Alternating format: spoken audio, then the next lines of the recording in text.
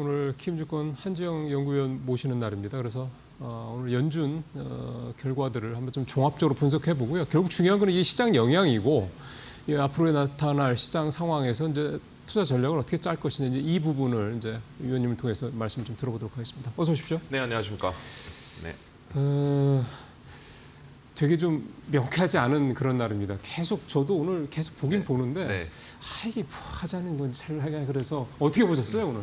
일단 뭐 총 평가를 좀 간단히 해보면은 그 미국 증시 장중에 출렁거림도 조금 있었잖아요. 파월 의장 기자회견 그러니까요. 때 뭐 미국 10년물 금리는 오히려 상승을 하고 그런데 전체적으로 봤을 때 저희가 뭐 우려했던 것만큼 큰 사단은 나진 않았다. 그러니까 FOMC 전에 막 닉 티메라우스 기자가 막 여러 가지 트윗을 올리면서 동결 동결 이야기나 뭐 금융위기 때 있었던 일들 뭐 상기 차원에서 뭐 여러 가지 사건들도 올리고 그러면서 약간 뭔가 세하지 않을까라는 좀 우려가 있었는데 그런 거에 비해서는 저는 뭐 무난하게 끝났고 중요한 거는 저희가 이제 9월 FOMC 전에 잡고 있었던 기존의 증시 방향성 이거는 저는 뭐 훼손을 시키지 않았던 결과였다.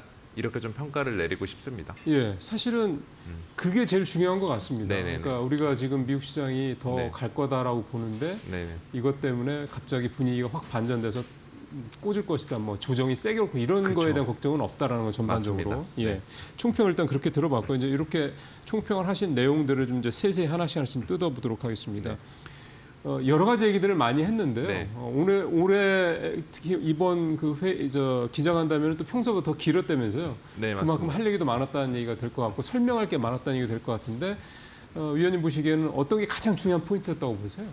일단은 그 연준 내 이제 갈수록 정치적인 그 대립들은 심해질 것 같고. 미란. 네, 그렇죠. 그럼에도 불구하고 현재 연준은 우리가 인플레이션이건 정치적인 압력이건 독립성이건 이거보다는 우리는 고용시장의 하방 위험을 어떻게든 막겠다. 이 의지를 피력한 것 같아요. 고용시장 하방 위험 막겠다. 금리 인하 역시도 그 고용의 하방 위험에 무게중심을 둔 그 선택이 아니었나, 결정이 아니었나 이렇게 좀 보고 있고 앞으로도 저희가 계속 고용 지표는 주시를 해야 될 것 같습니다. 그러니까요. 네, 그래서 만약에 이제 10월달에 발표되는 9월달 고용 지표가 이제 또 뭐 다들 눈높이는 낮춰놨을 것 같아요.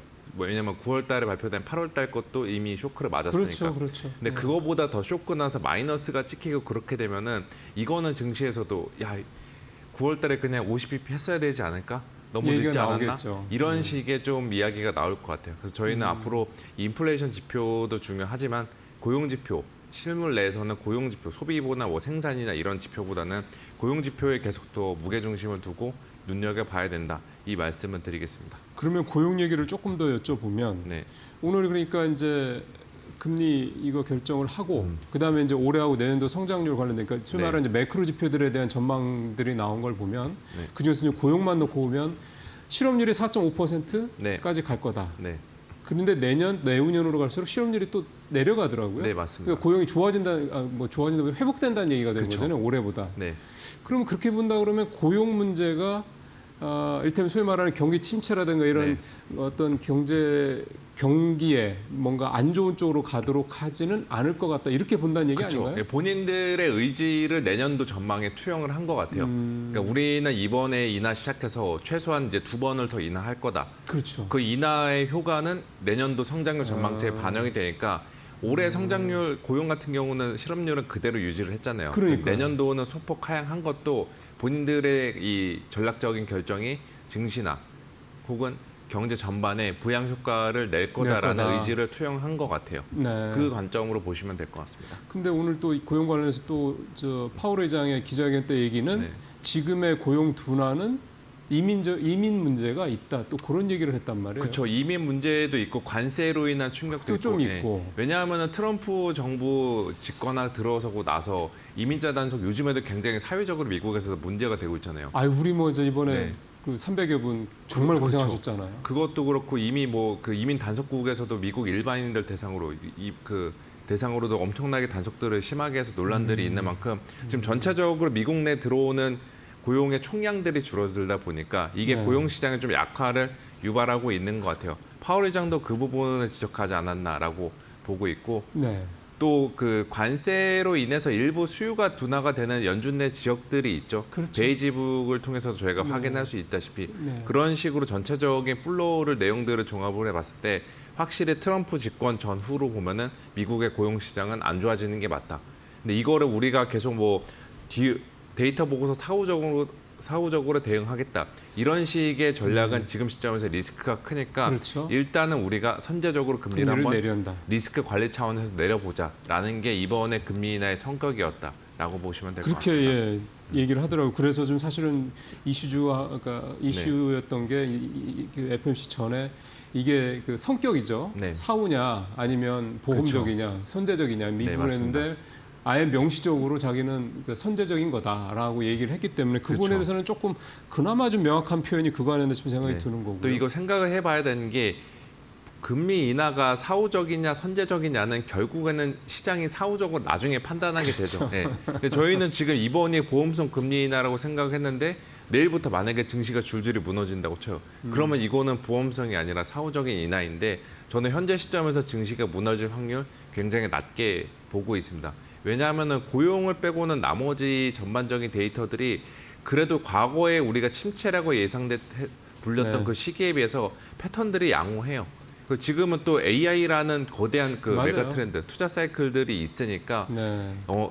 예전처럼 막 그 연준이 금리 인하했을 때 사후적인 금리 인하, 증시 급락 이런 식의 경로를 답습할 가능성 저는 확률 매우 낮게 보고 있습니다. 그러니까 물론 AI 때문에 소위 말해서 좀 잘 나가는 분야와 네, 못 맞습니다. 나가는 분야의 양극화가 심해진다라는 분명히 부분은 있지만 네네.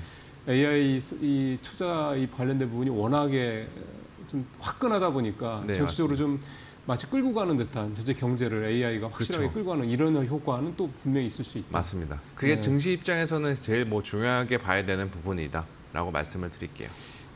파월 회장이 고용 시장에 집중을 하겠다. 그러니까 두 가지. 그러니까 고용과 물가 이 두 네. 가지 뭐 이 임무 중에서 네. 이제 고용에 더 신경을 쓰겠다 이런 부분에 얘기를 좀 했다라는 네. 부분에 이번에 가장 중요한 내용이라고 말씀하셔서 인플레 얘기를 좀 해보면 일단 일시적이라는 관세 네. 영향 일시적이라는 표현을 사실은 썼거든요. 근데 그쵸. 보면 또 하나 되게 이게 좀 저는 그래서 좀 잠깐 이해가 안 가던데 누적될 거라는 얘기도 또 했고요. 그쵸. 관세에 따른 인플레이션 부담이. 그다음에 내년하고 내후년에 인플레에 대한 그 전망치를 보면 올라가요. 네, 물론 성장률 전망치도 올라가긴 네 하지만 맞습니다.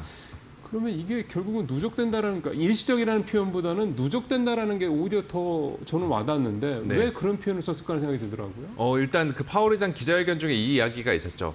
아직 관세 영향을 온전히 파악하기에는 이른 시점이다. 여전히 그 생각은 그쵸. 여전하군요. 그럼에도 불구하고 저희 투자자들 마찬가지로 여러 가지 상황에 직면했을 때 한 네. 가지 경로만 보고 있는 건 아니잖아요. 그럼요. 여러 가지 다양한 시나리오를 검토를 하고 그 중에서 본인이 봤을 때 가장 유력한 시나리오에 저희가 포지션을 베팅하는 게 네. 일반적인데 연준 입장에서도 마찬가지라고 보시면 될 것 같아요. 음. 파월 의장도 일단 기본적으로는 연준 그 관세가 인플레이션에 미치는 영향 아직 불확실하지만 네. 그래도 우리의 경로는 관세는 일회성 충격에 그칠 거다. 그와 동시에 뭐 내년까지도 누적이 될 수는 있다라고 본인이 이야기하면서도 저는 그 베이스 경로를 그렇게 설정해 놨다는 게 의미 있다라고 생각을 하고 있어요. 예. 그리고 제가 봤을 때 관세는 저도 누적된다라고 하더라도 물가를 막 크게 올리면서 내년도 연준의 금리 경로나 증시의 판세를 바꿀 것 같지는 않습니다. 근데 만약에 관세가 없었으면은 이거 생각해 보시면 될 것 같아요. 관세가 없었으면 지금 물가는 이미 2%대 초반으로 그렇죠. 내려갔죠. 맞습니다. 근데 지금 관세에 대한 약간 불확실성과 누적된 여진으로 인해서 지금 물가가 잘 안 떨어지고 있는데 이게 물가가 올라간다라기보다는 그냥 내년에도 그냥 덜 떨어지겠다, 덜 떨어지겠다 이렇게 보시면 될 것 같습니다. 제가 더 많이 안 올라갈 거다라고 보는 것도 지금 기업들 입장에서 관세를 어떻게 대응하느냐가 중요하잖아요. 근데 요즘에 기업들, 미국 기업들 계속 행태를 보면은 본인들이 아직까지 흡수하려는 경향들이 강합니다. 그렇더라고요. 예, 네. 아니면은 수출업자들 너희들이 부담해, 너희들이 비용 일부 떠안고 우리한테 그렇죠. 넘겨 이렇게 그렇죠. 하던가. 그렇죠. 뭐 일부는 또 소비자들에게 정가라는 기업들도 있고요. 특히나 소매 유통업체들. 전반적으로 봤을 때 관세가 물가에 미치는 영향이 그 한 가지 경로, 소비자한테 정가로 바로 가는 게 아니라 소비자 전가, 기업 자체 부담, 수출업자 부담 이런 식으로 여러 가지 경로를 통해서 관세 충격들이 분산이 되고 있습니다.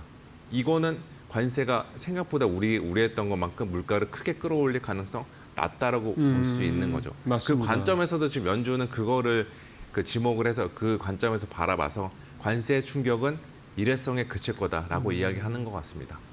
근데 그거에 대해서 좀 반박을 하자면 네, 그럼 언제까지 이렇게 정가를 서로 할 거냐라는 거죠. 그렇죠. 또 하나가 이렇게 정가를 하다 보면 결국은 그걸 이쪽이든 저쪽이든 기업들이 그거를 이제 흡수를 하는 거잖아요. 네, 맞습니다. 소비자도 물론 결국은 이제 흡수를 맞습니다. 하겠지만 그러면 기업들 입장에서 봤을 때는 실적에 특히 수익성에 네. 뭔가 이제 뭐 노이즈가 생길 여지가 맞습니다. 분명히 있다. 네, 뭐 소비자들은 더 비싼 가격에 똑같은 물건을 살 수밖에 없는 거고. 네, 근데 그건 맞죠. 차치하고 기업들 썼을 때는 결국 이제 이를테면 뭐 올해 4분기나 뭐 내년 네. 1분기나 가쯤에 가서는 이제 실적에 뭔가 이제 뭐 변화가 이제 하향 그렇죠. 쪽으로 마진 되지 않겠- 훼손에 대한 우려가 그러니까요. 있겠죠. 이번에 생산자 물가 급락한 거 가지고서 그렇죠. 예. 시장에서는 이거 기업들이 마진을 희생해서 정가 안 한 거죠. 거다라는 식으로 해석할 수 있는데 그래서 연준이 금리 인하한 거라고 생각해요. 보험성 금리 그래서 인하. 그런 부분에 대한 어떤 그 충격을 조달, 완충시키고 완충시킨다. 수요를 부양시키기 위해서 그렇게 보고 있습니다. 그리고 트럼프 같은 경우도 관세로 들어온 수입들 지금 어마어마하게 수입들 많이 벌었잖아요. 그 재정적으로. 그렇죠. 네. 이거를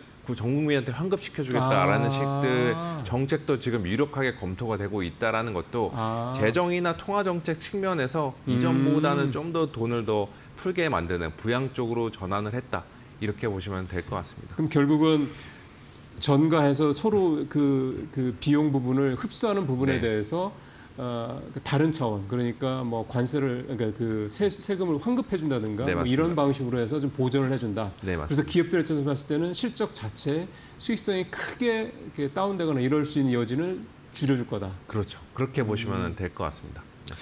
그 금리가 지금 오늘 보면 네. 지금 시장에서는 이제 제가 알기로는 올해 3번 네, 남은 이제 2번 다 내리고 그래서 그렇죠. 올해 3번. 총 3번. 그거는 이번에도 점도표상으로는 유지가 된 됐죠. 것 같고요. 내년에도 3번 이렇게 얘기가 일반적으로 많이 됐었어요. 네. 그럼 이제 6번 내리는 거니까 4.5에서 6번이면 150이니까 3% 또는 뭐 그 밑으로도 이렇게 네. 뭐 그런 여지가 좀 있을 것 같은데 내년에는 한 번 정도로 좀 점도표상으로 그쵸. 됐잖아요. 그러니까 지금 미국 오늘 이번 FOMC 끝났는데 10년물 금리가 오히려 올라간 그렇죠. 것도 예, 맞습니다. 올해 말고 내년 거에 네. 대한 금리 경로에 좀 상방 압력을 신경 쓰고 있는 것 같아요. 네. 근데 저희가 이것도 한번 생각을 해봐야 되는 게 연준도 중간중간에 파월 의장도 지적을 했는데 점도표 중요하긴 하고 연준 위원들 생각을 알 수 있으니까 중요하긴 한데 여기에 너무 의존하지 말자. 특히나 바뀔 수 있다. 그렇죠. 눈앞에 있는 점도표, 당해년도 점도표는 저희가 중요성이 높은 건 맞는데 차후년도의 점도표들은 그 전의 결과에 따라서 얼마든지 바뀔 수가 있죠. 그렇구나. 네, 저희 생각해 보시면은 작년에도 한번 그 연초에 생각해 봤을 때 연준이 7번 금리를 내릴 거다라고 시장이 막 예상하고 연준도 금리 많이 내려줄 거라고 했었는데 지금 그렇게 되지가 올해 않았었잖아요. 금리 상반기에는 안 내렸으니까. 그렇죠. 점도표 관련해서는 저희가 그 관점에서 보시면 될 것 같아요. 그러면은 시장에서 오늘 우리 시장도 좀 그런 분위기인 것 같긴 한데 네. 미국 시장이 오늘 그러니까 만약에 잘못하면 그러니까 시장에서 원하는 느낌대로 안 가면 세론이 나올 수 있다. 그러니까 네, 맞죠. 낙폭이 클 수 있다 이런 여지가 있었는데 오늘 어쨌든 뭐 혼조로 마감을 한 거 보면 맞죠. 그러면 뭐 떨어졌다고 해도 사실 큰 폭으로 떨어진 것도 아니고 그렇죠. 그러다 일단은 보면 시장의 기대를 충족시켜주고 우려했던 부분은 그냥 그렇게 나오지 않았던 그 이벤트였던 것 같아요. 이번에 9월 FOMC는. 그러면 이제 그런 차원에서 6번을 시장에서 기대했는데 올해 3번은 그대로 가는데 내년 네. 3번에 대해서는 줄었다. 근데 이걸 네. 시장에서는 내년 거는 올해 12월 정도에 네, 또 맞죠. 점도표 나오는 것만 보더라도 어느 정도 그때 가서 판단을 늦지 않겠다라고 생각을 한 거다. 그렇죠. 그리고 최근에 장기 금리가 또 다 이번에 올라간 것도 그 미란 때문에 그런 것 같아요. 점도표상 금리를 올해 3%대 이하로 찍어버렸잖아요. 맞습니다. 예, 트럼프 최측근으로서 이번에 들어가자마자 그렇게 찍었다라는 거는 나는 이 연준 지금의 흘러가는 대로 그대로 두지 않겠다라는 의지를 제대로 트럼프한테 보여주지 않았나라고 보고 있고 이게 지금 연준 내 그 내부 의견 대립과 더 나아가 독립성 논란들을 계속 좀 가중시키고 있는 것 같아요. 그게 이제 장기 금리에 반영이 되는 측면도 있고. 저희가 그게 앞으로- 장기 네. 금리에 반영된다는 말씀은 장기 금리가 올라간다라는 쪽으로 그쵸. 된다라는 예, 거죠. 올라간다고 보면 되는 거죠. 이건 트럼프가 별로 안 좋아하는 건데. 안 좋아하는데 본인이 행동은 그렇게 하는데 시장에서는 이거는 연준은 정부랑 독립적으로 행동을 해야 되는데 이거 완전히 정부의 기관에 속해 있을 정도로 그런 식으로 바꾸려고 하다 보니까 주식시장이나 채권시장에서는 야 이제 연준 우리가 너무 믿으면 안 되겠다 뭐 이런 식의 판단들을 해볼 수가 있는 거죠. 그럼 오히려 그거를 유도하는 걸 수도 있겠군요. 네, 사실은 그러니까 그 최근에 나왔던 게 연준의 책무가 2개가 아니라 3개였다. 장기금리 안정화가 중요하다. 뭐 이런 식으로 이야기하는 것도 그러니까 고용하고 물가 외에 장기금리까지. 그렇죠. 예. 그래서 이제 장기금리 본인이 만들었던 독립성 논란으로 올린 거를 우리는 이거를 메이크업할 수 있는 거, 만회할 수 있는 거는 연준의 3대 책무를 과거에 묻혀 있었던 거, 그 끌고 와가지고 이거를 지금 이야기하고 있는 것 같아요. 근데 미란 그 양반은 내년 1월까지만 임기라면서요? 네네. 그 기존에 다른 분의 임기를 이제 받아서 한 거니까. 맞습니다. 그러면은 이게 내년에 이 미란이 이제 1월까지만 하고 이제 2월부터 나온다고 그러면 네. 뭐 또 뭐 비슷한 사람이 갈지는 모르겠습니다만 좀 막 그런 요 노이즈는 조금 줄어들 여지가 있을까요? 더 늘어날 거예요. 왜냐하면 오히려? 내년도 파월 의장은 내년도로 넘어가면은 완전히 거의 레임덕에 빠져들 것 같고 제가 봤을 때 차기 연준 의장은 거의 뭐 그 트럼프가 원하는 형태의 인물들로 구성이 될 것 같아요. 그 연준의 주요 핵심진들은 그렇게 되면은 비둘기파적인 스탠스의 인물들이 배치가 되는 거는 주식시장 입장에서는 땡큐이긴 한데 동시에 저희가 이제 반대급부로 연준의 독립성과 관련해서는 그렇죠. 계속 좀 고민이 될 수 있는 게 이제 앞으로 저희가 좀 안고 가야 될 주제다라고 보고 있고 근데 뭐 지금 저희가 그건 내년에 가서 생각할 일이고 그렇죠. 지금 당장 저희가 뭐 오늘 주가랑 다음 주 주가가 중요하고 다음 달 주가가 중요하니까 지금 시점에서는 이번 9월 FOMC 그래도 우리가 우려했던 것만큼 큰 사단은 나지 않았고 기존의 증시 경로를 훼손시키지 않았다. 이 관점으로만 보시면 될 것 같아요. 금리를 내리기 위해서는 일단 기본적으로 인플레가 좀 둔화가 돼야 되는 네. 게 하나가 있겠고 그다음에 또 하나는 경기가 굉장히 나빠져서 네. 부양을 위해서 금리를 이제 뭐 내리는 맞습니다. 방법이 있고 그게 이제 흔한 말로 선제적이냐 뭐 사후적이냐 이런 그렇죠. 표현을 이번에 좀 많이 썼던 건데 오늘 나온 내용들을 보면 내년도에 미국의 성장률 전망치는 더 올라가더라고요. 네, 맞습니다. 0.2%포인트. 그러니까 근데 그런 상황이다. 그러면 내년에 거꾸로 얘기하면 물가가 좀 더 오르는 상황, 물가도 전망치도 올라가는 상황에서 성장률 전망도 올라간다. 네. 그럼 미국의 경제가 좋다는 얘기인데 그렇죠. 고용 실업률은 오히려 좀 떨어지고. 네. 근데 아무리 연준의 인사들을 트럼프 네. 입맛에 맞는 사람들을 바꾼다고 하더라도 네. 과연 내년에 시장에서 되게 좋아할 만한 또 네. 장기 금리를 떨어뜨릴 만큼 금리를 내릴 수 있을 것이냐에 대한 좀 원론적인 그런 의문이 생기네요. 그렇죠. 지금이 이제 그게 딱 반영이 장기 10년물 금리에 반영이 됐다라고 보시면 될 것 같고 저희도 일단 저희 투자자들도 내년까지 연준 금리 경로를 생각해 봤을 때 내년도에 뭐 현재 배드와치에 반영이 되는 대로 3회 이하로 저희가 베팅 미리 할 필요는 없다. 그러니까 연준이 점도표상으로 제시했던 대로 1회나 아니면 2회 정도로 금리 인하를 그 기본 베이스 경로로 잡고 가는 게 좀 더 편안하지 않을까. 이렇게 생각하고 있습니다. 쉽게 말해서 내년도에 금리 생각보다 많이 안 떨어집니다. 그러니까요. 미국 10년물 금리가 뭐 지금 뭐 연내 3번 이상으로 내년 걸 반영한다라고 했을 때 10년물 금리가 3.5% 이하로 내려간다고 저희가 생각할 수 있겠지만 그렇게까지 내려가지 않을 것 같고 내년도에도 3.5%대 이상 중후반에서 그냥 금리가 덜 떨어질 거다. 10년물 금리 기준으로. 네, 그렇게 보시면 될 것 같습니다. 네. 사실은 뭐 금리 얘기를 또 하자면 또 이제 뭐 요즘에 유럽 또 분위기 좀 그래서 네, 그런 얘기들을 좀 하긴 해야 되는데 너무 그럼 깊이 들어가서 제가 금리 얘기는 여기 정도만 하고요. 결국 이제 오늘 한 의원님 모셨으니까 이제 투자 전략 얘기를 네. 좀 해야죠. 그러니까 이렇게 되면은 오늘 우리 시장은 일단 분위기가 뭐 썩 나쁜 것 같지는 않습니다. 물론 내일 미국 시장이 어떻게 될지를 한 번 더 보긴 봐야 될 것 같긴 한데 말씀한 대로라면은 그렇게 부정적으로 그러니까 매파적으로 볼 필요는 없을 것 같고. 맞습니다. 그러면 시장의 방향성도 큰 변화는 없을 것 같다고 네, 말씀하셨고. 위쪽으로 보고 가셔도 저는 좋다 이 말씀을 드릴게요. 자 그러면 이제 뭐 지금 현재 FOMC 전까지 되게 우리나라에서 좋았던 섹터는 반도체, 네, 뭐 바이오도 좀 괜찮았고, 네. 조방원전은 조금 주춤을 했는데 아주 그렇다 해서 뭐 크게 그쵸. 떨어진 것도 아니고.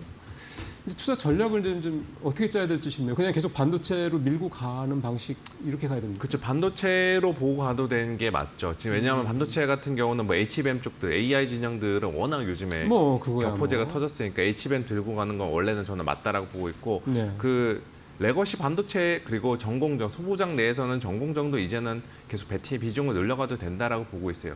왜냐하면은 그 드디어라고 해야 되나? 반도체 업종들의 이익이 이제는 돌고 있습니다. 추정치들이 9월 달에 기점으로 돌고 있고 이렇게 돌고 있는 거는 AI 쪽들에서 나오고 있는 낙수 효과, 파급 효과가 그렇죠. 범용 쪽에도 확산이 되는 것 같아요. 그 관점에서 보셨을 때 반도체는 저는 들고 가는 게 좋다라고 않을까라고 말씀드리고 싶고 조방 원전에서도 좀 차별화는 일어나겠죠.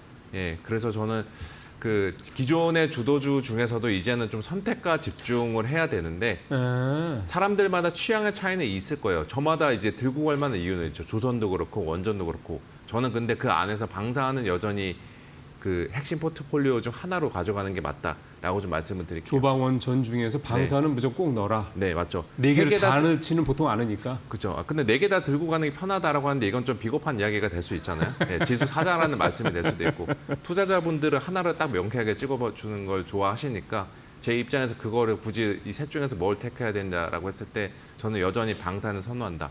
왜냐하면 지금 러우 전쟁 끝날 것 같지도 않고 국방비 예산 증액도 계속 일어나고 있고 예. 방산주들 내년도로 넘어가면 갈수록 수주 모멘텀들은 계속 들어올 것 같아요. 밸류에이션 부담도 저는 다른 업종들에 비해서는 다른 주도주에 비해서는 상대적으로 부담이 크지 않다. 이 관점도 있어서 저는 방사는 여전히 뭐 좋게 보고 있는 입장입니다. 예. 반도체 이건 이제 이를테면 좀 SK하이닉스가 대장이 이제 네, 확실한 맞습니다. 대장이고 삼성전자가 좀 따라가는 상황인 거고 물론 이 저 탄력의 차이는 굉장히 네네. 큽니다만 그다음에 소부장 이렇게 또 다양하게 있고 SK하이닉스와 삼성전자에 대한 부분을 만약에 선택을 해야 된다 그러면 어느 쪽을 위원님은 이거 참 이게 진짜 어려운 선택의 맞아요. 문제이긴 그래서 사실 한데 여쭤보는 겁니다. 그래도 뭐 확실히 의견을 전달해 드리는 게 좋을 것 같아서 지금은 그냥 HBM 쪽들, AI 쪽들, 하이닉스 쪽으로 하이닉스 보이는 말씀이죠. 쪽들이 그 뭐 주가 모멘텀 밸류 부담은 있긴 있겠지만 지금 재료 자체로 맞습니다. 놓고 봤을 때는 그 온기 수혜를 누릴 수 있는 확률이 높은 주식이 저는 SK 하이닉스 주식 쪽이 아닐까.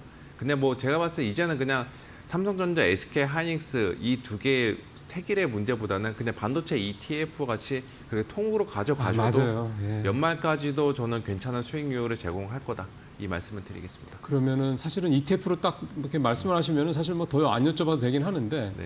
소부장 얘기만 질문 한 1분 정도 남았습니다. 네. 소부장 얘기만 조금 더 구체적으로 좀 여쭤보면 소재, 그다음에 부품, 장비 이렇게 되는 거잖아요. 네네. 그러면은 이게 예전에는 보통 뭐 장비, 네. 그다음에 뭐 부품, 소재, 뭐 예를 들어 이런 식의 프로세스였다면 지금은 뭐 장비도 전공정, 후공정 뭐 다 그쵸. 하고 뭐 이게 완전히 섞여서 막 섞였죠. 하더라고요. 이거는 네. 기대감 때문에 그런 겁니까? 아니면은 이번에는 한꺼번에 다 그냥 수혜를 입을 거라고 본다는 겁니까? 이번에는 한꺼번에 다 수혜를 입을 거다라는 기대감들 있죠. 왜냐하면 삼성전자 주가까지도 올라가니까 그렇죠. 이 나머지 그 아래 밸류체인들도 이제는 한번 갈 때가 됐다라고 보는 거고 그래서 소부장 내에서도 취사태계를 하자면은 저는 후공정 쪽이 여전히 유망하지 않을까. 그러니까 결국 HBM이 연결되는 그쵸. 거 봐야 되니까. 네, 맞습니다. 그러면은 소부장도 무게 중심은 역시 SK하이닉스 향 소부장 중에서도 후공정, 뭐 이를테면 테스터니 뭐 이런 쪽으로 그렇죠. 근데 보는 이제 게 조금 이제 제 그 도망칠 구멍을 이야기 드리자면은 그래도 반도체 통으로 가져가셔도 괜찮다라고 말씀을 드리겠습니다. 예. 네. 뭘 도망가세요? 네. 예, 사실 ETF라는 상품이 그래서 요즘 같이 참 하여간 그쪽은 무조건 좋은 것 같은데 뭘 해야 되지 이런 고민을 할 때 그런 네. 고민을 일거에 해소시켜 주는 게 ETF 상품이 아닌가 생각이 듭니다. 요즘에 뭐 그 밸류체인 ETF 상품들도 되게 많고요. 맞습니다. 그래서 네. 선택의 폭이 굉장히 넓으니까 잘 좀 보시면 좋을 것 같습니다. 위원님 오늘 말씀 잘 들었습니다. 네, 감사합니다.